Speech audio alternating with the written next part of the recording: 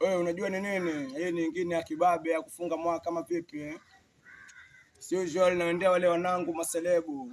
Ni kwamba unalinda uselebu, usilete aibu ama vipi jamani ni kwamba kuna hii tabia na desturi. Tabia ya kuflash hizi simu zalipa mdogo mdogo, watu credit. Unajua ni nini? Hizi kampuni jamaa zilikuja kutusaidia sisi wanyonge wa chochole ambao bado tuko chini kiuwezo, lakini basi ni kwamba kwa wale ambao tunatumia kichwa chini na wala sio ya juu, basi ni kwamba tumetokea kuziflash tunasema tunataka vya bure. Kumbuka ukitaka vya rahisi, basi ni kwamba mara ikifika mwisho siku zote waga inakuwa inagharimu zaidi, alafu unaambiwa basi ukipenda sana vya bure mwisho utaishia kwa pididi ama aje. Unajua ni nini? Kama unavyoona hata mimi pia ni mmoja kati ya wale ambao tunalipia hizo simu na ikifika wakati ndo kwanza mfuko imekauka, yani mfuko imetoboka.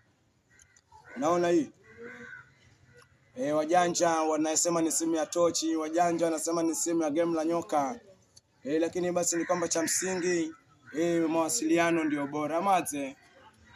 Jamani ni kwamba sasa hivi mahakama ni rasmi imeweka wazi, ukipatikana na hiyo mchezo miaka ni 20 gerezani. Alafu ni kwamba basi utatuacha sisi ambao tuko nyuma tunakutegemea, utatuacha tukiulizana maswali mengi kukuhusu, na hata pia basi kutukosesha raha nyoyoni mwetu bwana, usio. Jamani ni kwamba unakuwa makini, unajitunza, unajilinda, unajiweka sawa. Sambamba kabisa ni kwamba wacha nikaweze kuwa wish please to Merry Christmas and a Happy New Year. Kwa pamoja tukaweza kukutana tena inshallah Sagodi Akimind next year, si ndio? Alafu basi ni kwamba kutoka kwangu tutakuwa tuko bado tuko buheri wa afya, tuko salama, tuko huru. Basi ni kwamba tutaendelea kulisifu jina la Mwenyezi Mungu Sagodi.